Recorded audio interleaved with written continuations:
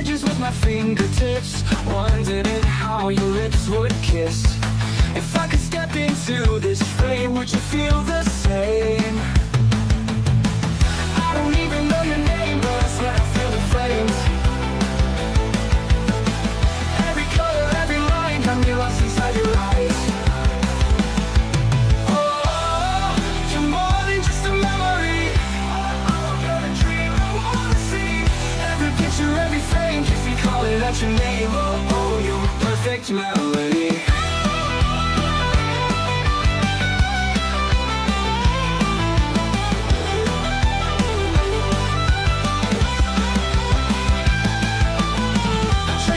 With my fingertips, wondering how your lips. Yo! Welcome back na naman mga tropa sa panibagong vlog natin. Ito, Euro Griffin. Kasi nung nakarang video natin, bali comparison ng Aerox tsaka Griffin yung nireview natin. So ngayon, solo review natin itong Griffin para matutukan natin mabuti kung ano yung mga specs nito tsaka yung features nitong bagong Euro Griffin. So, dito mo tayo sa front mga katropa. Ayan o. Kung nakikita nyo mga katropa, talagang upgraded talaga yung headlight ng Griffin mga katropa. Sa Aerox kasi talagang normal lang na LED. Ito, naka-projector na at apat siya mga tropa. Apat dito, apat doon sa kabila. Tapos itong daytime running light niya mga tropa, nakahiwalay ito. 1, 2, 3, 4. Tapos kung nakikita nyo, ito yung pinaka-low beam niya mga tropa. Tapos ito naman yung pinaka-high beam niya, itong tatlong yan. Ayan o. Diba? So kitang-kita talaga sa gabi yung kalsada kapag naka-projector na headlight mga tropa. So ito mga tropa, ito yung fender niya no. Naka-combi brake system. Meaning ng combi brake system, kapag pepreno ka sa front, sasabay na preno yung sa likuran kahit isang lever lang yung ipe-press mo. Ayun, hindi mo na kailangan pagsabayin na preno yung kamay mo at etong combi brake, sasabay na yung likuran kapag isang lever lang yung pinindot mo. Dito naman tayo sa kanyang brake mga tropa. Ito, ayan, ito yung nakita yung wire na yan. Ito yung pinaka-brake niya mga tropa. So meron siyang 4-pot caliper no. Ayun, dalawa yung kanyang ano dito, yung daluyan ng brake fluid oh. Ayan oh. Sa Aerox kasi mga tropa, isa lang to, bilog lang. So ito, kaya pala na-notice ko talaga nung dinrive ko to, ang lakas ng brake niya. Ayun mga tropa, okay na dito. Dito naman tayo sa may side nyo, ito mga tropa. So, syempre X-type, same na same talaga sa Aerox. Pero, syempre, iba naman yung part na dito. Iba yung design yan, tsaka yung dito niya. Magkaiba yung design yan mga tropa. Tapos dito magkaiba rin yung design. Tapos syempre ito yung pillion ride, apakan ng angkas. Tapos ito nga pala mga tropa ay naka liquid cooled. Ayan. So meron siyang radiator. Ayan, kapag mag long distance kayo, meron lang coolant yung motor nyo, hindi na mag-overheat yan. Tapos dito, silipin naman natin dito mga tropa. Ito yung lagayan niya ng coolant reservoir. Ayan. Ayan o. Yan siya mga tropa. So same na same din siya sa Aerox. Dito naman tayo sa bandang likuran mga tropa. Ito naman yung muffler cover niya. So plastic, hard plastic. Same sa NMAX tsaka Aerox. Tapos ang kagandahan nito mga tropa meron siyang sub-tank suspension. Ayan, nakakadagdag forma din siya mga tropa. Tapos dito meron siyang tire hugger dito mga tropa. Tapos meron itong mud flap. Ayan, para hindi tumalsik dito yung mga dumi. So, ito ay naka-fuel injected mga tropa. 4 valves, 180cc mga tropa. CVT din siya. Tapos dito naman tayo sa likuran mga tropa. Silipin nyo naman dito.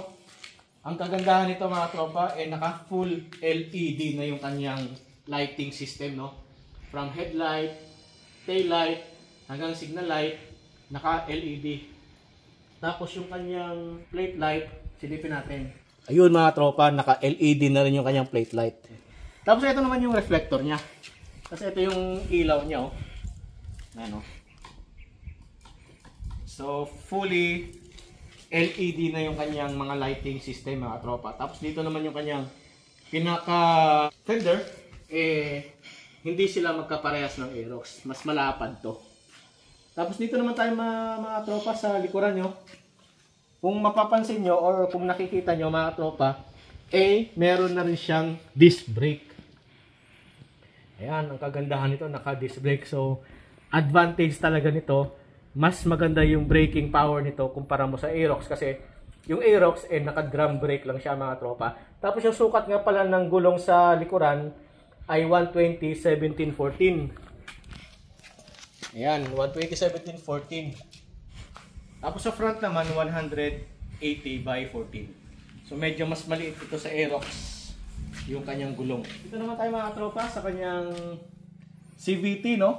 Ayan, no? Kung nakikita nyo, yung kanyang airbox, same na same din sa Aerox.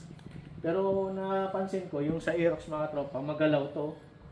Ito, hindi siya magalaw, matigas talaga siya. Yun, hindi siya magalaw, di ba? Yun yung concern ng naka-Aerox mga tropa, magalaw daw yung airbox nila. So ito, tibay Tapos meron siyang kapitan dito ng hawakan parang pinaka-bracket ng tire hugger. Ayan So ayan, matibay siya. Tapos ito naman yung kanyang crankcase cover. So may pinagkaiba siya sa Aerox. Pero nakita ko sa ibang vlog mga tropa, ito, kasya daw dito yung crankcase cover ng Click 160 or ADV 160 sa dito. Swak na swak daw mga tropa. Magpunta tayo dito mga tropa sa kanyang side stand.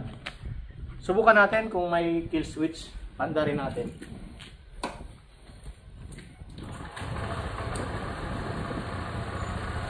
Ito mga tropa, pag namatay itong makina niya sa pagbaba ko ng stand, meaning may kill switch siya. Kung hindi mamamatay, wala siyang kill switch. So ito, panoorin nyo. Umaandar na siya. Ayun. So meaning, may kill switch din siya katropa. Isa din siya sa safety feature para hindi ka umaandar na nakastand. Ayun. Tsaka hindi nila mapapagana yung motor kapag naka-stand. Hindi nila mapapandar. Ang kagandahan nito mga tropa, dito tayo. Panoorin nyo ito mga tropa, yung kanyang panel. Napakalinaw. Kitang-kita mo talaga yung display niya. Tapos iisa lang pala yung niya dito, yung adjustment. Trip lang tsaka odo. Ayan Wala na siyang oil, belt or kung ano pa. Tapos meron ditong clock. Ayan yung kanyang clock. Tapos ito naman yung kanyang fuel gauge. Meron din siyang RPM. Hanggang 12 yung RPM niya, hanggang 12,000. Tapos meron na siyang high and hot and low yung temperature niya mga tropa. Kapag sumagad to, meaning overheat na kayo. Tapos ang kagandahan nito mga tropa ay parang touchscreen lang siya Diba? Yun ang astig dyan. Tapos dito naman tayo mga tropa sa kanyang left handlebar Ayan, meron siyang high and low. Meron siyang passing light. Ayan hindi yan menu Ayan passing light yan. Hindi siya menu mga tropa. Pero ba't nakalagay dito menu? Lapit ka dito. Passing light siya, ba't nakalagay menu? Ayan Hindi yata nabura ng euro yung andito. Kasi hindi naman lumilipat Passing light lang siya Ayan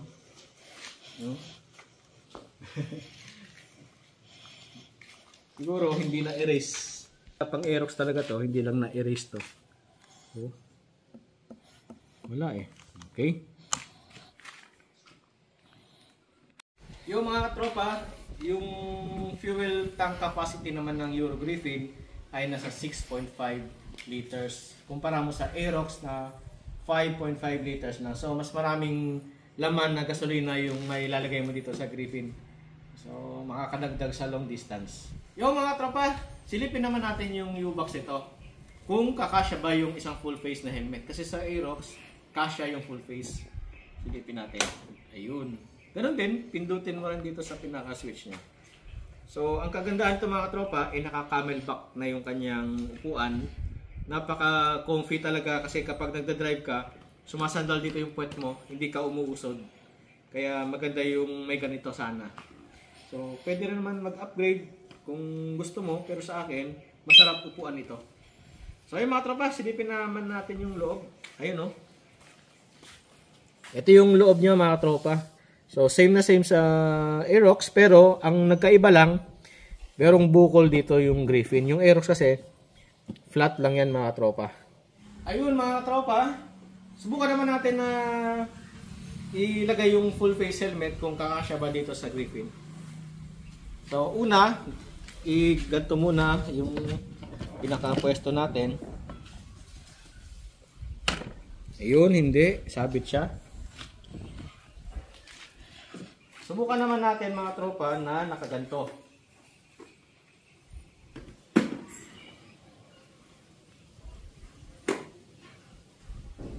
Sabit din siya mga tropa. Ayan. Subukan naman natin na ganito. Kabila. Hindi rin siya kasya mga tropa. Hindi siya kasya.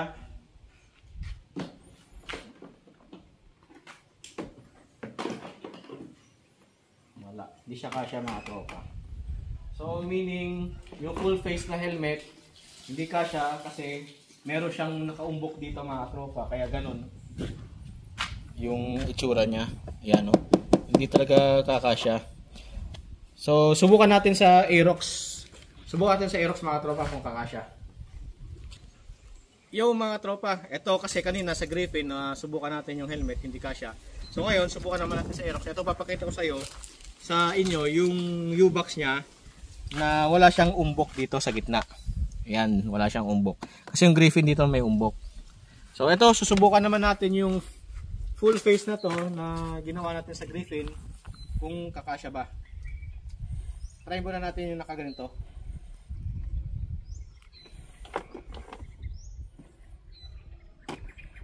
So hindi siya kasya pag nakaganito mga tropa. Subukan naman natin nakaganito. Balik na rin naman natin.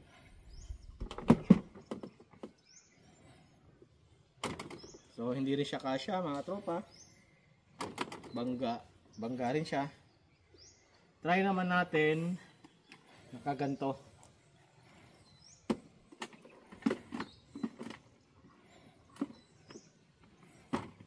Wala rin.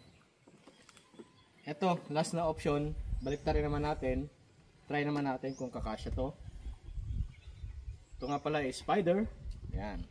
Spider, baka naman. Yan, try natin. Yun, kasya siya mga tropa. Ayan, nakalock na siya. So ayun mga tropa, yun ang difference ng Griffin tsaka Aerox sa U-box niya. Under seat compartment. Kasyang-kasya yung full face talaga dito sa may Aerox. Kasi yung nagsagabal talaga dun sa may Griffin, yung kanyang bukol dito sa gitna. Ayun. So ito mga tropa, ulitin natin. Wala talaga. May bukol kasi. Wala, hindi talaga siya kasya. So anyway, okay lang yan. Yung mga tropa, nakalimutan natin. Itong Euro Griffin ay silent na rin yung kanyang start pag magpapaandar ka. Ito, pakinggan nyo yung tunog kapag mag-i-start tayo. Ano, start tayo ng engine. Parang kung nasa Yamaha, ito ay naka smart motor generator. So ito ay sa Griffin. So ganun din siya mga tropa. Parang naka smart motor generator din siya. Wala siyang chut chut chut chut chut chut. Ganun na tunog. So ayos. Ganda rin ng performance ito kasi sinubukan namin nasa 140 yung speed nitong Griffin mga tropa. So not bad na rin kasi 180cc. Kaya ganun. Ayun mga tropa, sa engine specs naman tayo, no? So, itong Euro Griffin ay merong 180.4cc to be exact mga tropa. So talagang lampas pala siya sa 180. Tapos syempre yung kanyang power naman, yung kanyang horsepower ay nasa 17.4 horsepower. Tapos yung kanyang engine torque naman or yung kanyang torque ay nasa 15.7 Newton meter of torque. Tapos, syempre, single overhead cam, single cylinder. Tapos yung kanyang bore and stroke naman, 63 by 57.9. Tapos yung kanyang weight naman ay nasa 115 kilograms. Tapos yung kanyang compression ratio naman mga tropa ay 11:7:1. Tapos syempre nabanggit ko naman kanina yung fuel capacity nito mga tropa ay nasa 6.5 liters. Tapos syempre CVT. Ayun mga tropa. Tapos naka-combi brake system. At ito kagandahan, naka-stop and start system na rin siya. So kapag nag-minor ka or pumreno ka, mamaya-maya ng konti, mamamatay yung makina. Tapos pag ginanyan mo naman yung throttle, pag ginalaw mo, mag-i-start na yung kanyang makina mga tropa. Price nito ay nasa 109,900. So 100 pesos na lang, nasa 110 na siya mga katropa. Yung fuel nito is naka-fuel injection. So, high-tech na motor na rin siya mga tropa. Overall, sa kanyang specs ng motor na to, talo na talaga yung Aerox kahit itapat pa siya sa ABS na version ng Aerox. Talo yung specs ng Aerox sa Griffin kasi talagang complete package na siya mga tropa. Tapos, mas mababa ng nasa 20,000 pesos yung, or nasa 30,000 pesos yung pinagkaiba sa price nito sa Aerox na ABS version kasi meron siyang disc brake sa likod, naka-ibasa na, ganyan, OLED. So, kudos sa Euro at talagang hinigitan nyo yung Aerox. Pero, sa gusto naman pumili ng Aerox, nasa sa inyo naman yan. Sa gusto naman pumili ng Griffin, nasa sa inyo na rin yan mga tropa. So, ito naman yung review natin ay para naman sa lahat to. Wala naman tayong pinipili ang brand. Siyempre, maganda din naman yung lahat ng motor mga tropa. Walang pangit na motor. Nasa pag-alaga lang yan mga tropa. Kapag magaling ka mag-alaga or maingat ka, tatagal naman yung motor natin. Mapabranded man yan or hindi. Kapag inalagaan natin or hindi natin inalagaan, talagang may masisira. So yun mga tropa, bago tayo magtapos, nais kong pasalamatan yung may-ari ng motor na to, si Aiki. Yan, shout out sa'yo. Salamat talaga at hindi mo talaga ako pinagdadamutan sa motor mo na to. Tapos syempre, yung cameraman natin, ayan, paki-subscribe na rin ulit sa kanilang channel, yung Timot and Boy Kasi Vlog, mga tropa. Sa maganda yung mga luto nila dyan, yung mga vlog nila, parte sa pagkain, mga tropa. So, shout out ulit sa mga Euro Motors or Euro Griffin owners dyan, sa mga Aerox owners dyan, shout out sa inyong lahat mga tropa. So muli, huwag natin kalimutang mag-like at i-share natin yung video ko kapag nagustuhan nyo naman. At sa hindi pa nakapag-subscribe, please subscribe to my YouTube channel. Maraming salamat mga tropa. Enjoy, God bless, and ride safe.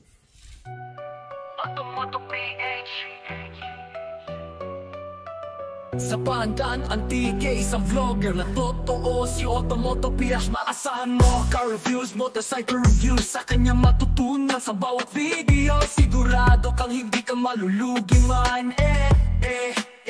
Maingat at matapat sa bawat salitang binibitawan. Pag-asa ng mga motorista, laging tinutulungan. Kahit anong brand o model, lahat sinisilip. Si Automoto PH, sa kanya ay laging